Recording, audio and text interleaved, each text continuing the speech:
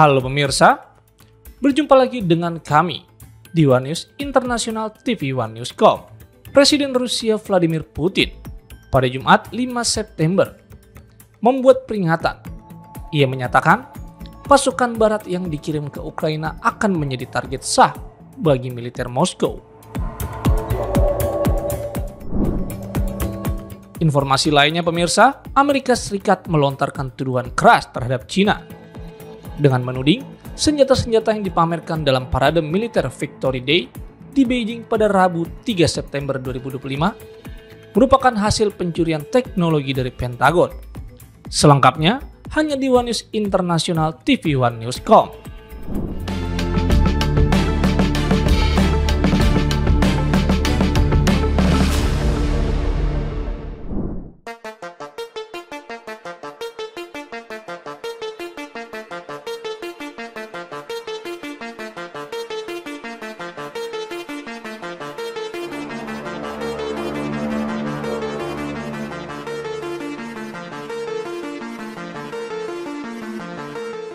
Presiden Rusia Vladimir Putin menekankan bahwa jaminan keamanan pasca gencatan senjata di Ukraina harus adil dan seimbang dengan mempertimbangkan hak Rusia, bukan hanya Ukraina.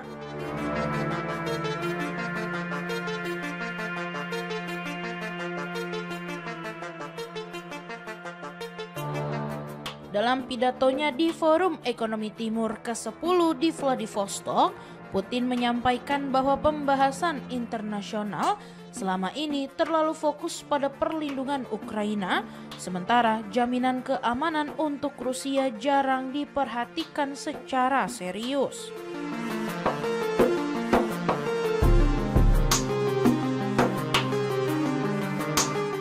Ia menegaskan, jika kesepakatan dicapai, Moskow akan menghormati jaminan tersebut asalkan aturan itu menguntungkan kedua pihak.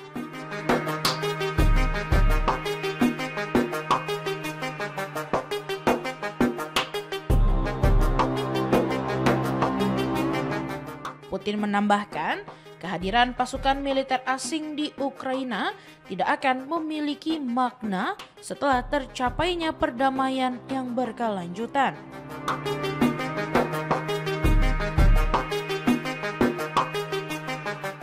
Ia menilai keterlibatan NATO di wilayah itu menjadi salah satu faktor utama yang memicu konflik.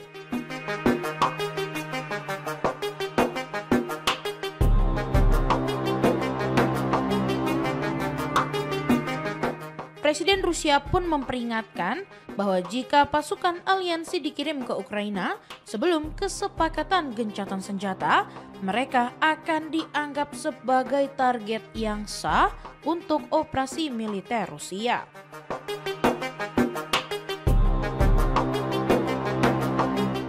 Forum Ekonomi Timur kali ini digelar pada 3 hingga 6 September 2025. Mempertemukan berbagai pemimpin dan pejabat internasional untuk membahas isu ekonomi dan keamanan di kawasan Timur Jauh Rusia.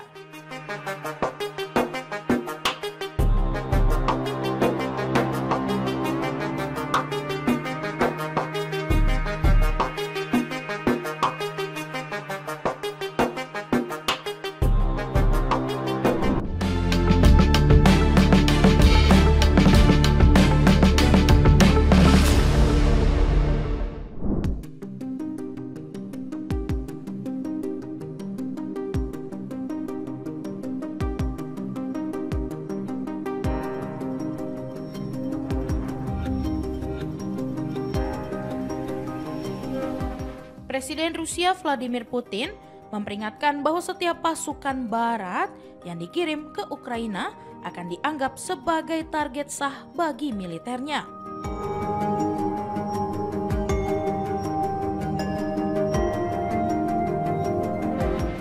Pernyataan itu disampaikan dalam Forum Ekonomi Timur di Vladivostok pada Sabtu 6 September 2025 di tengah pembahasan negara-negara sekutu mengenai mekanisme perlindungan bagi Ukraina.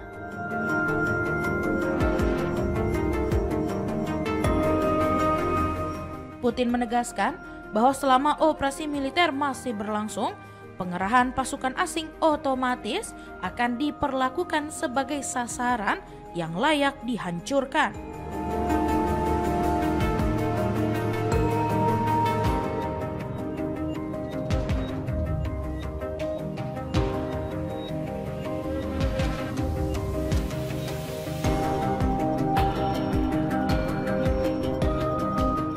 Ia juga menekankan tidak ada alasan bagi Barat untuk mengirim pasukan ke Ukraina setelah tercapainya gencatan senjata.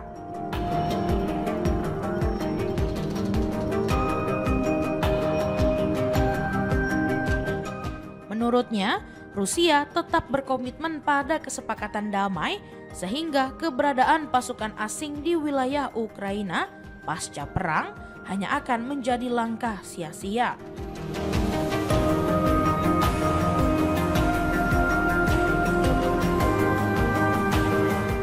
Putin menyebut perdamaian jangka panjang seharusnya menjadi tujuan utama, bukan eskalasi kehadiran militer baru.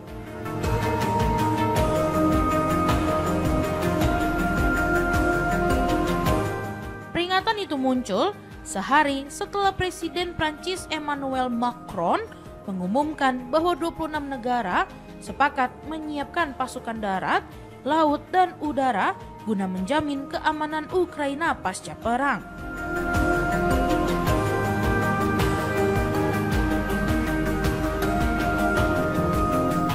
Sementara itu, Moskow sejak awal menegaskan bahwa salah satu alasan invasinya adalah untuk mencegah Ukraina bergabung dengan NATO dan menjadi basis penempatan pasukan aliansi tersebut.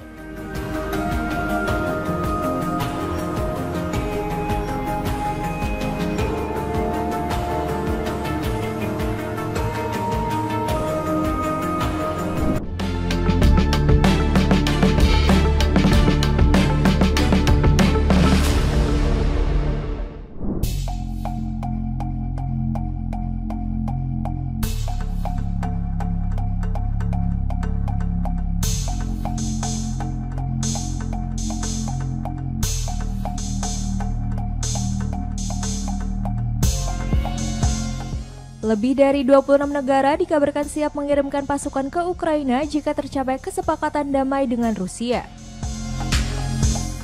Presiden Prancis Emmanuel Macron menyatakan pengerahan itu bertujuan mencegah Moskow kembali melancarkan agresi setelah perang berhenti.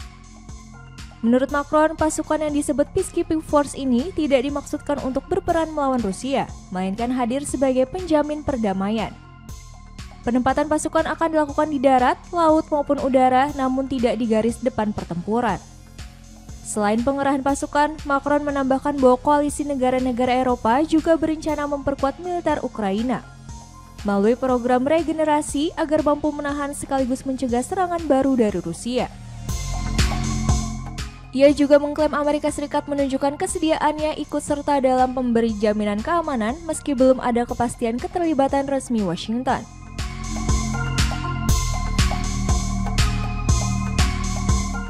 Presiden Ukraina Volodymyr Zelensky menyambut positif rencana ini dan mengatakan hal tersebut merupakan langkah konkret yang serius. Namun, tidak semua negara kompak, salah satunya Jerman melalui kanselirnya Friedrich Merz menegaskan keterlibatan Berlin baru diputuskan saat persyaratan kerangka kerja jelas. Sementara itu, Rusia langsung menolak wacana tersebut dan menegaskan Moskow tidak akan menerima pengerahan pasukan asing di Ukraina dalam bentuk apapun. Presiden Rusia Vladimir Putin mengatakan setiap pasukan barat yang dikerahkan ke Ukraina akan menjadi target Moskow untuk diserang. Rusia telah lama berargumen bahwa salah satu alasannya menyerang Ukraina adalah untuk mencegah NATO menerima Kiev sebagai anggota dan menempatkan pasukannya di Ukraina.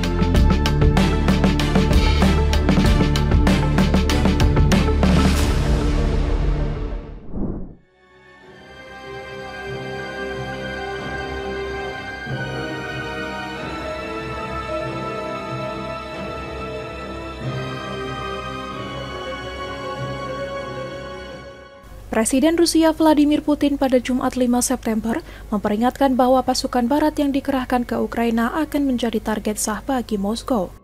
Pernyataan itu disampaikan sehari setelah Presiden Prancis Emmanuel Macron mengumumkan 26 negara berjanji memberikan jaminan keamanan pasca perang kepada Ukraina, termasuk dukungan pasukan internasional di darat, laut, dan udara.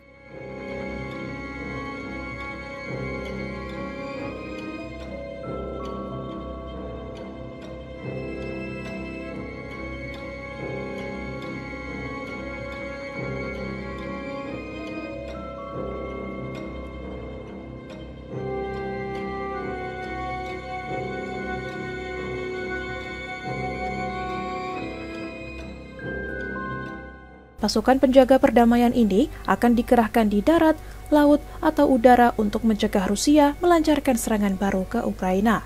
Macron menegaskan bahwa pasukan ini tidak dimaksudkan untuk berperang melawan Rusia, melainkan untuk menjamin stabilitas dan keamanan di Ukraina.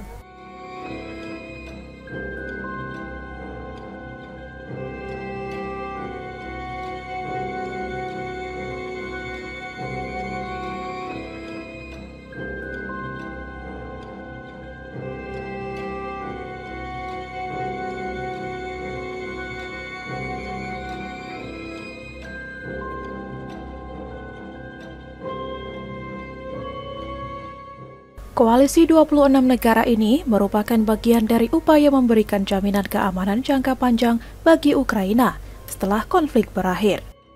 Rusia sejak awal perang menegaskan salah satu alasannya menyerang adalah mencegah NATO menerima Ukraina sebagai anggota.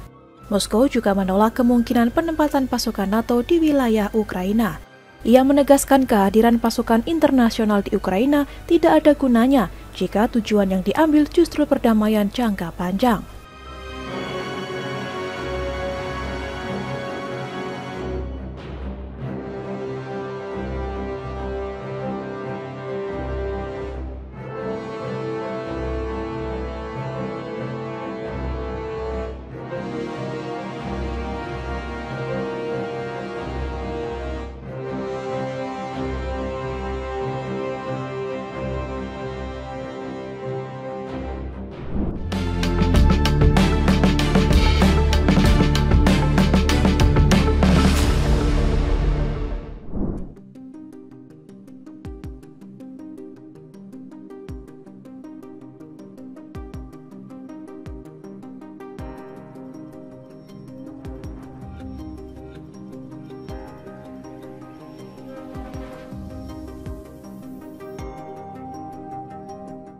Presiden Tiongkok Xi Jinping pada hari Kamis mengatakan bahwa Tiongkok siap memperkuat komunikasi strategis, serta meningkatkan pertukaran dan kerjasama dengan Republik Rakyat Demokratik Korea untuk memajukan tujuan sosialis.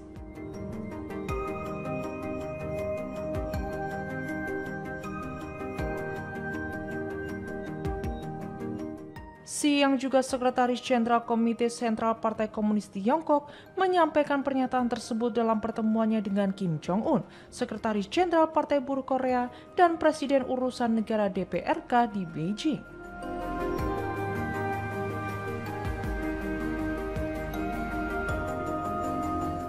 Perundingan tersebut berlangsung 1 hari setelah Kim menghadiri pertemuan Hari Kemenangan Tiongkok untuk memperingati 80 tahun kemenangan dalam Perang Perlawanan Rakyat Tiongkok melawan agresi Jepang dan Perang Anti-Fasis Dunia.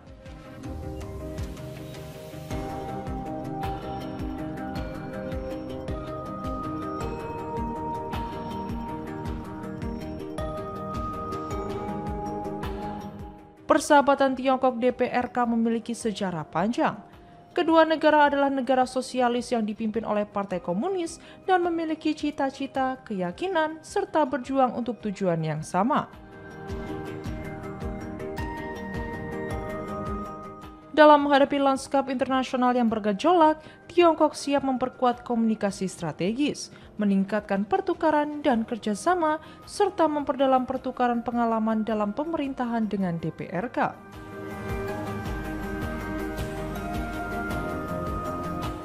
agar dapat secara efektif memajukan tujuan sosialis kita masing-masing dan bersama-sama mempromosikan perdamaian, stabilitas, pembangunan, dan kemakmuran regional, ujarnya.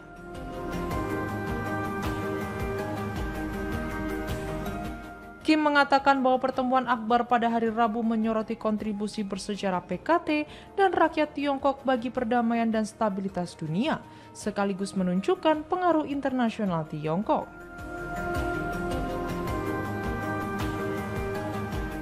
Perayaan Tiongkok juga merupakan peristiwa yang membahagiakan bagi kami.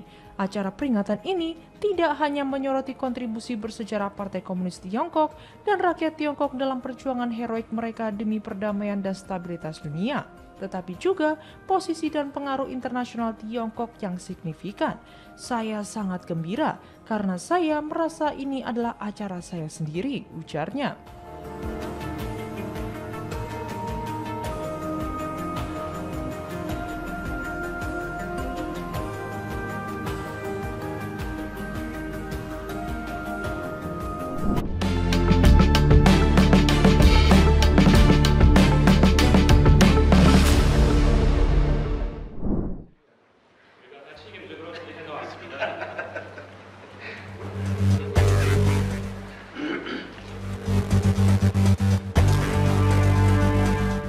Aksi staf Kim Jong-un yang terlihat mengelap kursi hingga meja setelah pertemuan dengan Presiden Rusia Vladimir Putin di Beijing mendadak viral.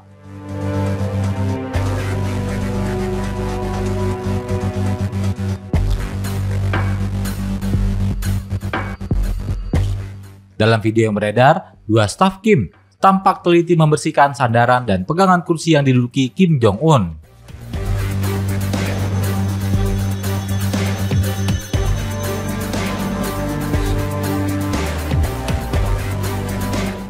Selama lebih dari 2 jam, pembicaraan dengan Putin dalam pertemuan dadakan.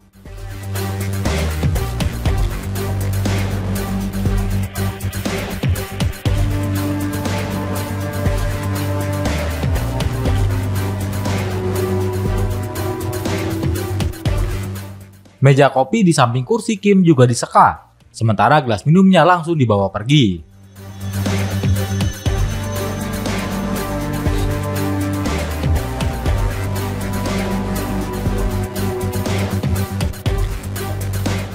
Kain yang digunakan untuk mengelap kursi dan meja kemudian dimasukkan ke dalam sebuah plastik bening.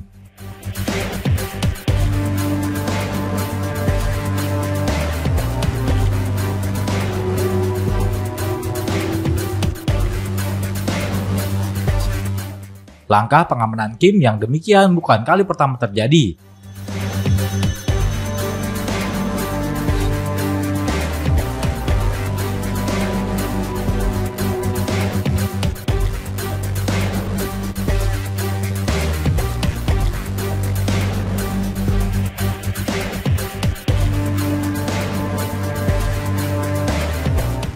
Pada pertemuan dengan Presiden Korea Selatan, Moon Jae-in pada 2018, pengawal Kim sempat menyemprot dan mengelap kursi.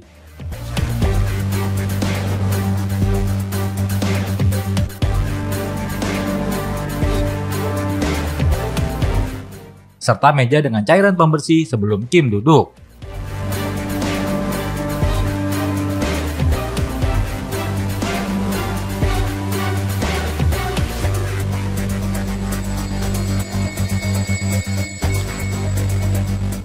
Saat KTT dengan Donald Trump di Hanoi pada 2019, para pengawal bahkan membersihkan kamar hotel Kim berjam-jam lamanya.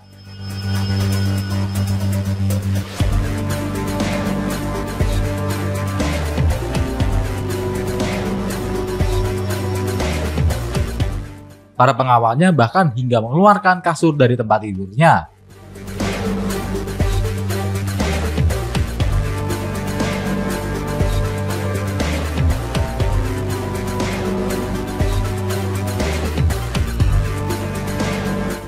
Menurut para pengamat, tindakan itu bertujuan untuk mencegah adanya upaya pihak asing mengumpulkan sampel DNA dari jejak Kim untuk dianalisis.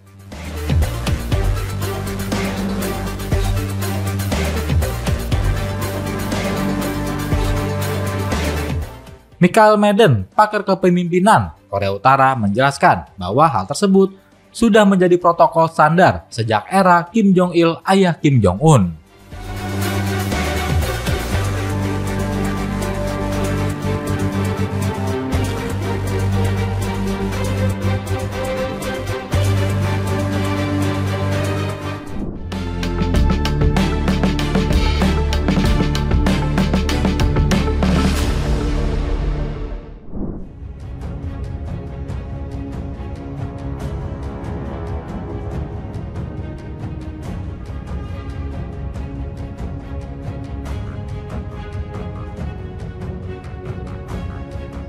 Negosiator perdagangan terkemuka Jepang mengungkapkan rasa leganya setelah Presiden Amerika Serikat Donald Trump menandatangani perintah pada hari Kamis 4 September untuk menerapkan tarif yang lebih rendah pada impor mobil Jepang dan produk-produk lain yang diumumkan pada bulan Juli.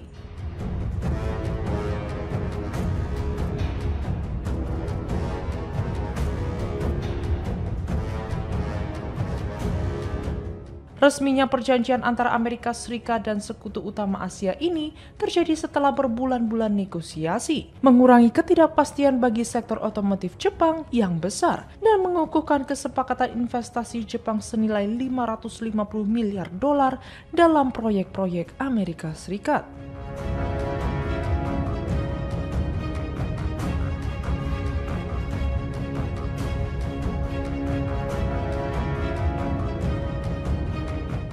Tarif 15% yang lebih rendah untuk otomotif Jepang turun dari 27,5% saat ini akan mulai berlaku 7 hari setelah pengumuman resmi perintah tersebut.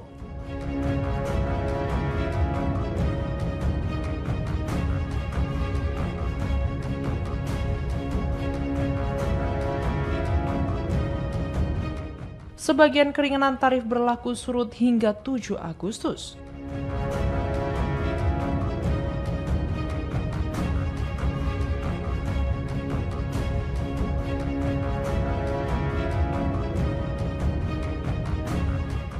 Perintah Trump pada hari Kamis juga menegaskan kembali bahwa pemerintah Jepang telah setuju untuk berinvestasi sebesar 550 miliar dolar di Amerika Serikat dalam proyek-proyek yang akan dipilih oleh pemerintah Amerika Serikat.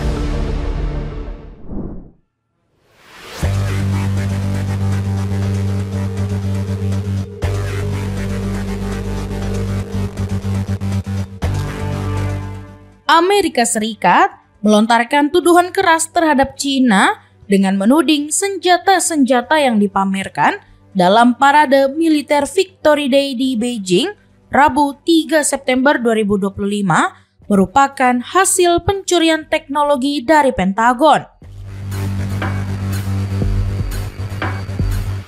Parade militer untuk memperingati 80 tahun kemenangan atas Jepang pada Perang Dunia II itu dihadiri oleh 26 kepala negara dan pemerintahan, serta menjadi ajang unjuk kekuatan militer Cina.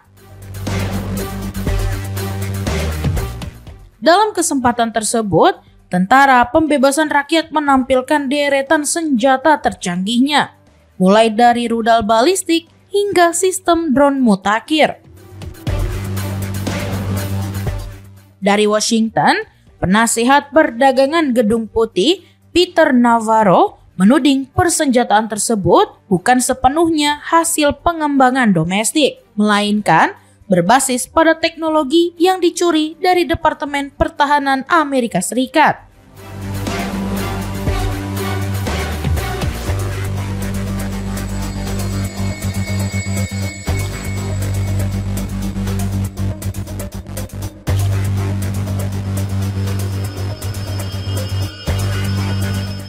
Ia menyampaikan kritik tajam dengan gaya sarkastik di media sosial.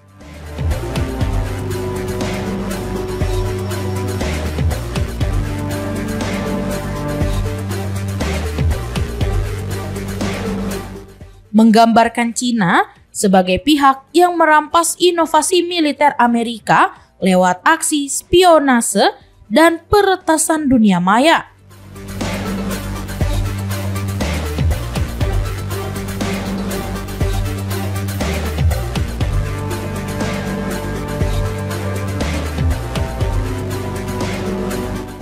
Pernyataan Navarro menambah panas suasana di tengah rivalitas strategis kedua negara.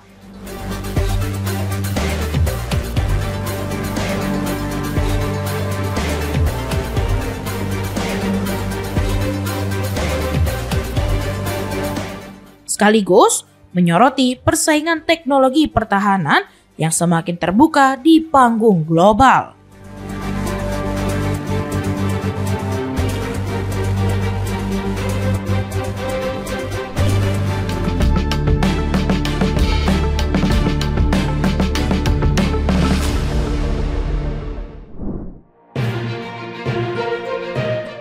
Demikian informasi yang dapat kami sampaikan pemirsa. Terima kasih telah bergabung bersama kami. Sampai jumpa di One News Internasional berikutnya, setiap pukul 8 malam hanya di kanal YouTube TV One News.com.